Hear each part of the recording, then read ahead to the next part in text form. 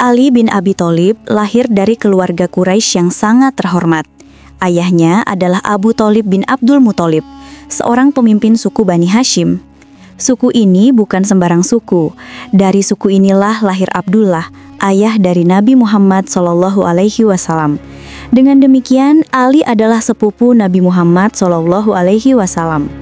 Abu Thalib dikenal sebagai tokoh yang sangat dihormati. Ia bukan hanya pemimpin, tetapi juga pelindung bagi Nabi sejak masa kecil hingga dewasa. Ketika Nabi menghadapi tekanan, cemoohan, bahkan ancaman pembunuhan dari Quraisy, Abu Thalib berdiri teguh melindunginya. Meski ia sendiri tidak masuk Islam sampai akhir hayatnya, jasanya terhadap Nabi dan Islam tidak bisa diabaikan. Ibu Ali adalah Fatimah binti Asad, seorang perempuan yang beriman, penuh kasih sayang, dan banyak berjasa dalam membesarkan Nabi. Rasulullah SAW bahkan pernah menyebut Fatimah binti Asad sebagai salah satu orang yang paling berjasa dalam hidupnya.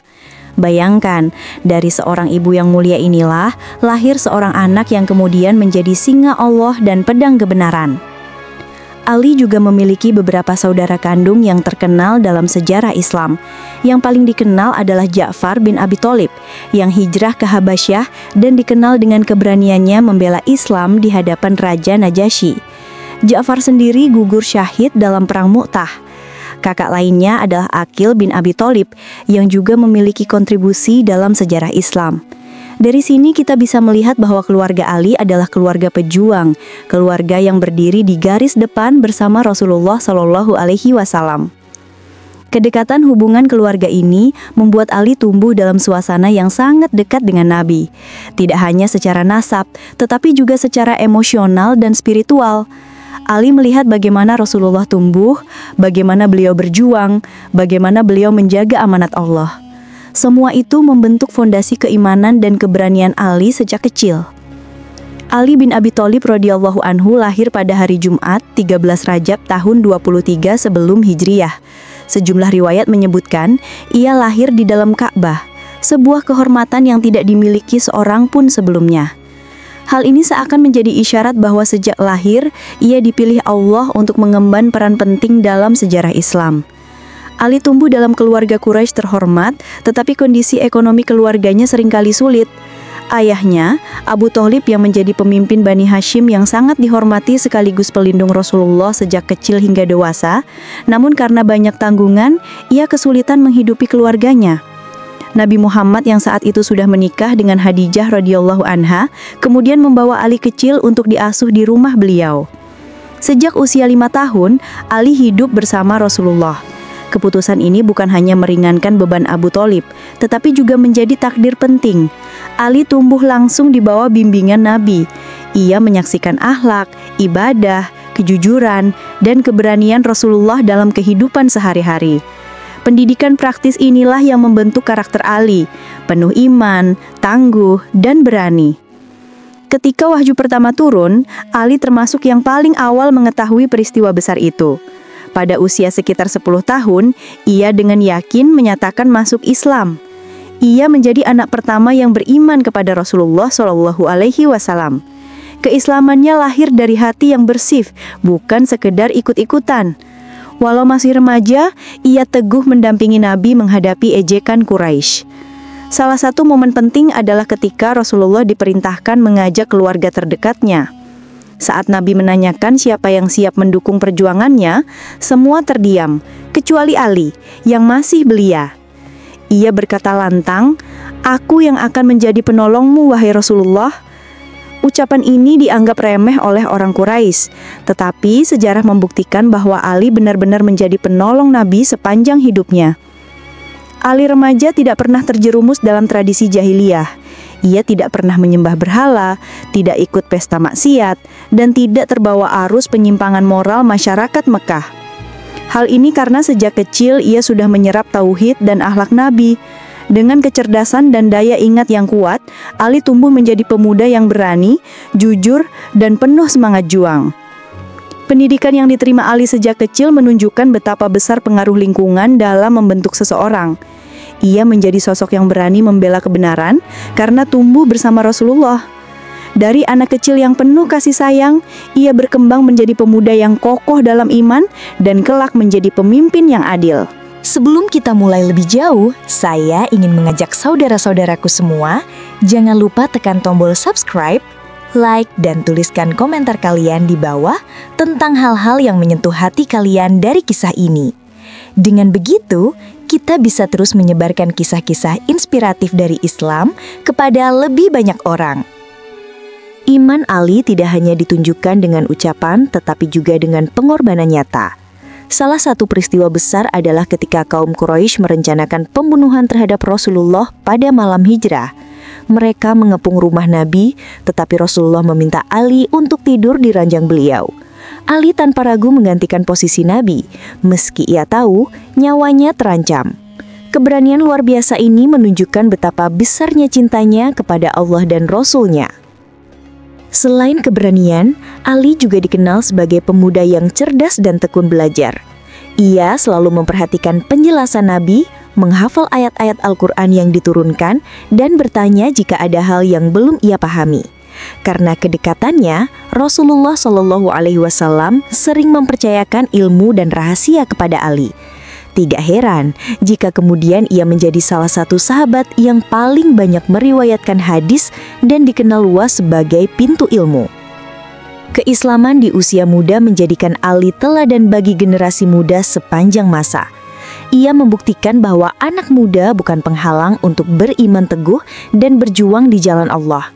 Justru semangat muda yang penuh keberanian dan kesungguhan itu bisa menjadi kekuatan besar dalam membela agama. Ali kecil tumbuh menjadi remaja pemberani yang tidak gentar menghadapi ejekan dan ancaman Quraisy serta siap berkorban demi Rasulullah. Dari perjalanan ini, kita belajar bahwa keteguhan iman harus ditanamkan sejak dini. Ali adalah contoh nyata bahwa jika seorang anak dididik dengan iman dan teladan yang baik, ia akan tumbuh menjadi pribadi yang berani membela kebenaran. Dari sinilah Ali mulai menapaki jalan panjang perjuangan bersama Rasulullah, jalan yang penuh tantangan namun juga penuh kemuliaan. Ali bin Abi Thalib radhiyallahu an adalah simbol keberanian dalam sejarah Islam. Sejak muda, ia selalu berada di barisan terdepan ketika umat Islam harus berhadapan dengan musuh. Keberaniannya bukan sekedar keberanian fisik, tetapi lahir dari keyakinan penuh kepada Allah dan cinta kepada Rasulullah SAW.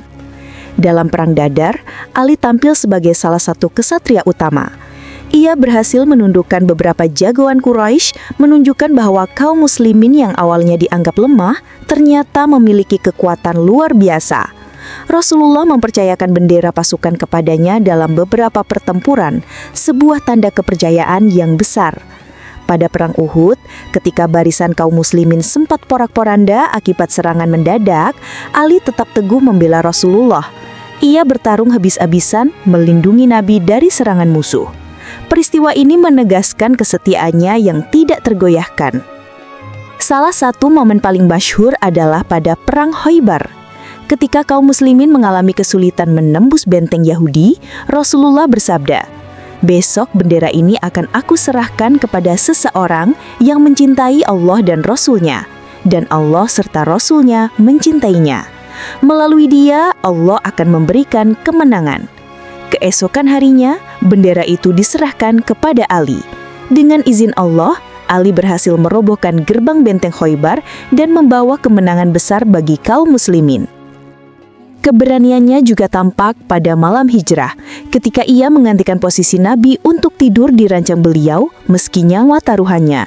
Sikap ini bukan hanya keberanian, tetapi juga bentuk pengorbanan yang lahir dari iman. Ali juga dikenal dengan pedang legendarisnya Zulfikar. Pedang ini menjadi simbol kekuatan dan keteguhan dalam menegakkan kebenaran. Dalam setiap pertempuran, nama Ali dan pedang Zulfikar selalu menjadi momok menakutkan bagi musuh-musuh Islam. Namun, keberanian Ali bukan keberanian buta.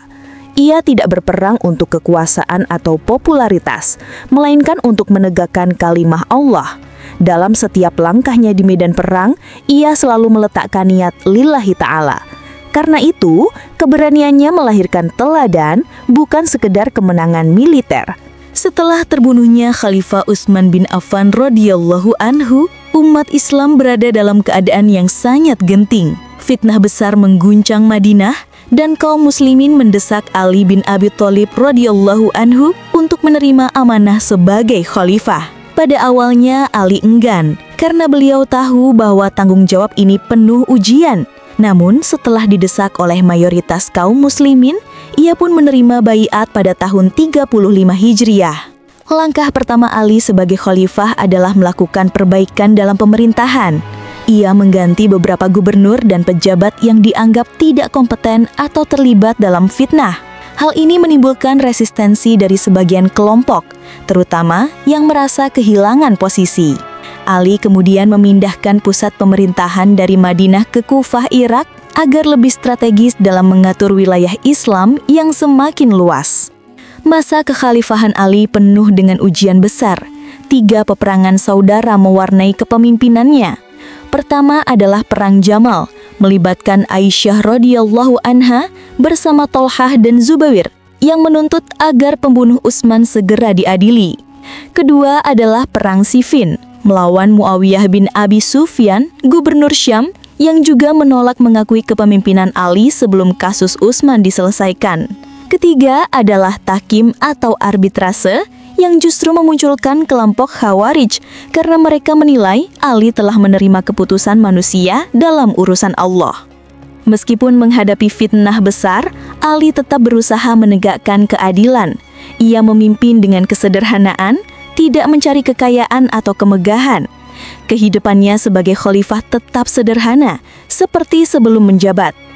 Ia menolak keras segala bentuk penyalahgunaan jabatan dan selalu menekankan pentingnya amanah. Sikapnya ini membuat sebagian orang kagum, tetapi juga menimbulkan konflik dengan pihak-pihak yang masih terikat kepentingan duniawi. Meski demikian, Ali menunjukkan bahwa kepemimpinan sejati bukanlah tentang menguasai, melainkan melayani umat dengan penuh tanggung jawab. Masa kekhalifahan Ali menjadi bukti bahwa memimpin umat bukanlah perkara mudah. Ia harus berhadapan dengan perpecahan, fitnah, dan tekanan dari berbagai pihak. Namun di balik semua itu, Ali tetap menjadi teladan seorang pemimpin yang berani, adil, dan selalu mengutamakan kebenaran. Dari kepemimpinan Ali, kita belajar bahwa seorang pemimpin sejati bukanlah yang mencari jabatan, tetapi yang menerima amanah dengan penuh kerendahan hati. Kepemimpinan adalah ujian, dan Ali telah menempuh ujian itu dengan keteguhan iman, meski harus dibayar dengan darah dan pengorbanan besar. Ali bin Abi Thalib radhiyallahu anhu menutup kehidupannya dengan akhir yang sangat mulia, yaitu syahid di bulan Ramadan. Peristiwa ini terjadi pada tahun 40 Hijriah. Saat itu, muncul kelompok Khawarij yang kecewa terhadap peristiwa tahkim dan menjadikan Ali, Muawiyah bin Abi Sufyan, serta Amru bin As sebagai target pembunuhan. Mereka bersekongkol untuk membunuh ketiga tokoh tersebut pada hari yang sama. Tugas membunuh Ali diserahkan kepada seorang bernama Abdurrahman bin Muljam. Ia mengasah pedangnya selama berhari-hari dan melumuri mata pedang itu dengan racun mematikan. Pada malam 19 Ramadan, Ali sedang berada di Kufah. Malam itu, beliau berpindah dari rumah satu putranya ke putra lainnya untuk berbuka puasa. Dalam suasana penuh ketenangan Ramadan, Ali tetap menjalani ibadah sebagaimana biasanya. Ketika fajar menyingsing, Ali berangkat ke masjid untuk melaksanakan sholat subuh berjamaah. Saat beliau memasuki masjid dan mengumandangkan panggilan untuk sholat, Ibnu Muljam bersembunyi menunggu waktu yang tepat.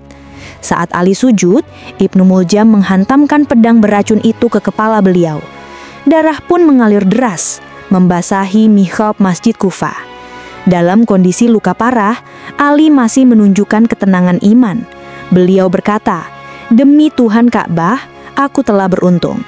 Ucapan ini menegaskan bahwa beliau menyambut kematian dengan penuh kerelaan, karena baginya syahid adalah pertemuan dengan Allah yang selalu ia indukan. Ali masih hidup selama 3 hari setelah terkena luka itu. Dalam masa sakitnya, beliau terus menasehati anak-anaknya, terutama Hasan dan Husain. Ia berpesan agar memperlakukan Ibnu Muljam, si pembunuhnya, dengan adil. Jika ia wafat karena luka itu, maka kisahlah pelaku sesuai hukum Allah. Namun jika ia selamat, maka jangan membalas dendam. Wasiat ini menunjukkan betapa tinggi akhlaknya, bahkan terhadap musuh yang menusuknya kepala dengan pedang beracun, ia tetap menegakkan keadilan. Pada malam 21 Ramadan, ruh Ali berpulang ke rahmatullah. Beliau wafat dengan damai, meninggalkan dunia dalam keadaan beribadah di bulan suci dan di mihrab masjid. Sebuah akhir kehidupan yang begitu agung sesuai dengan janji Rasulullah SAW bahwa Ali akan mati syahid. Kesyahidan Ali mengguncangkan dunia Islam. Umat merasa kehilangan seorang pemimpin yang adil, seorang pejuang yang berani, dan seorang ulama yang penuh hikmah. Tangisan memenuhi rumahnya, terutama dari keluarga beliau, Hasan, Husain, dan Zainab. Akhir hayat Ali memberi pelajaran besar, bahwa seorang mukmin sejati selalu siap menyambut kematian dengan iman. Ia hidup dengan perjuangan dan wafat dengan pengorbanan. Ali meninggalkan dunia dengan senyum syahid, menghadap Allah dengan penuh keridhaan. Ali bin Abi Thalib radhiyallahu anhu meninggalkan warisan yang sangat besar bagi umat Islam, bukan berupa harta benda, melainkan nilai-nilai perjuangan, ilmu, dan keteladanan hidup. Ia adalah gambaran sahabat yang memiliki kedudukan istimewa, sepupu Nabi, menantu Nabi, sahabat dekat, panglima perang, khalifah, sekaligus seorang syuhada. Semua peran itu dijalani dengan penuh keikhlasan dan pengorbanan. Warisan pertama yang ditinggalkan Ali adalah keteguhan iman. Sejak kecil ia telah menunjukkan keyakinan yang tidak tergoyahkan, bahkan saat mayoritas orang Quraisy menolak dakwah Nabi. Ia tidak pernah mundur walau menghadapi ancaman, cemoohan, dan bahaya nyawa. Sikap teguh inilah yang menjadikannya teladan generasi muda hingga hari ini. Warisan kedua adalah keberanian. Ali dikenal sebagai singa Allah di medan perang. Dari Perang Badar hingga Khaybar, keberanian Ali selalu menginspirasi pasukan Muslim. Namun keberaniannya tidak lahir dari ambisi pribadi, melainkan dari keyakinan kepada Allah. Ia berjuang bukan untuk kejayaan dirinya, tetapi untuk meninggikan kalimat Allah. Warisan ketiga adalah ilmu dan hikmah. Ali dikenal sebagai sahabat yang sangat cerdas dan mendalam pemahamannya. Banyak hadis dan riwayat yang menunjukkan bahwa ia adalah pintu ilmu. Ucapannya penuh hikmah, dan kata-kata mutiara darinya masih dikutip hingga kini, seperti nilai seseorang sesuai dengan apa yang ia perbuat. Karena kedalaman ilmunya, generasi setelahnya menjadikan ia rujukan dalam memahami agama. Warisan keempat adalah kepemimpinan yang adil dan sederhana. Saat menjabat sebagai khalifah, Ali tidak hidup dalam kemewahan. Ia menolak keras segala bentuk penyalahgunaan jabatan, bahkan terhadap keluarganya sendiri. Ia menunjukkan bahwa seorang pemimpin sejati adalah pelayan umat, bukan penguasa yang mencari keuntungan. Warisan kelima adalah akhlak mulia. Bahkan kepada musuh yang menusuk kepalanya dengan pedang beracun, Ali masih berpesan agar diperlakukan dengan adil. Sikap ini menunjukkan betapa dalam pemahaman beliau tentang nilai rahmat dan keadilan Islam. Dari semua warisan itu, lahir keteladanan yang abadi. Ali adalah contoh pemuda yang tumbuh dalam keimanan, contoh kesatria yang gagah berani, contoh pemimpin yang adil, dan contoh hamba Allah yang rela mati syahid demi kebenaran. Kisah hidup Ali bin Abi Thalib bukan hanya catatan sejarah, tetapi cermin yang mengajarkan kita bagaimana menjalani kehidupan, yaitu berpegang teguh pada iman, berani menghadapi tantangan, berlaku adil dalam kepemimpinan, serta selalu mengutamakan akhlak mulia. Dengan meneladani Ali, kita bisa memperkuat diri menghadapi fitnah dan ujian zaman, sambil tetap istiqomah di jalan Allah.